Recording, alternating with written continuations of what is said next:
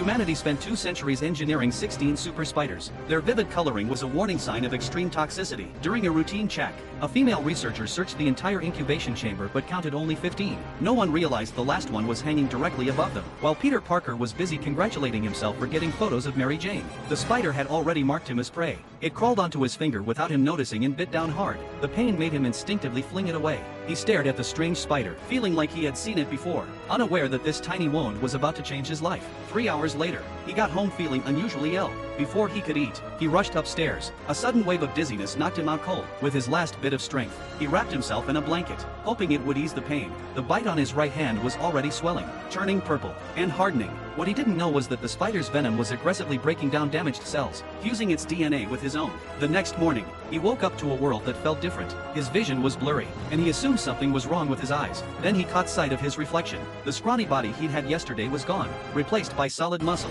It felt unreal. He could leap down the stairs in a single bound, sprint fast enough to catch the school bus with ease. The only strange thing was how objects, like the bus's handrail, stuck to his hand. At lunch, he noticed Mary Jane walking past. He slipped, sending a tray of food flying into the air. In the next instant, he reacted without thinking, and the crowd stared in disbelief. He felt a rush of pride, followed by confusion when his fork wouldn't come loose from his hand. As he tugged, a thin strand of webbing shot out and latched onto a tray across the room. He flicked his wrist, accidentally dumping leftover food all over the school bully. Sensing trouble, he bolted for the exit, but the tray stuck to his hand gave him away. The bully charged, determined to reclaim his reputation. Time seemed to slow. Paper planes hung midair. Flies hovered in place. Even spit droplets froze in motion. When the punch came, he dodged effortlessly. Again and again, the attacks looked painfully slow. He countered without meaning to, sending the bully flying across the hallway. The cheers didn't feel like a win. One look at Mary Jane's shocked expression made him realize he'd gone too far. He fled the campus and hid in a dark alley, finally connecting the dots between his powers and the spider bite. His fingertips had grown sharp, bristle-like spines. When he placed his hands on a wall, he climbed it with ease. Soon he was leaping between buildings, barely believing what he could do. He designed a spider-themed suit and began patrolling the city, stopping convenience store robbers and jewel thieves before the police arrived. He always left behind a simple message from a friendly neighborhood hero. Months later, at an annual Oscorp event, Norman Osborn descended from the sky as the Green Goblin and tore the building apart. With Mary Jane in danger, Peter suited up instantly,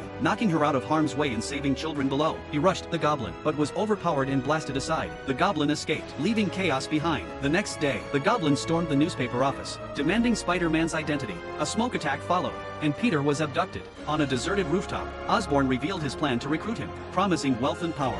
Peter refused. Later, when he saw Mary Jane being harassed by street thugs, he intervened, taking them down with ease. Her gratitude strengthened his resolve. Even as the media continued to smear his name, he kept helping people anyway, even running into a burning building to save a trapped child. When he went back inside, the Goblin ambushed him. After rejecting the offer to join forces, the fight escalated. Though he dodged most attacks, a returning blade sliced his arm, revealing his vulnerability. That wound gave Osborn a clue. That night, Aunt May was attacked, and Mary Jane was taken hostage. On the bridge, the Goblin forced a cruel choice, holding her in one hand and a cable car full of children in the other before dropping both. Peter moved without hesitation, saving her first, then stopping the falling car with webbing. The strain tore his hands open as civilians stepped in to help. A passing boat rescued the children, but he was captured and taken to a ruined building across the water. The final fight was brutal. Beaten and exhausted, he still refused to give up. When the Goblin threatened to kill Aunt May and Mary Jane next, rage took over. He turned the tide, disarming and overpowering his enemy. Then the truth hit him. The man beneath the mask was Norman, his best friend's father.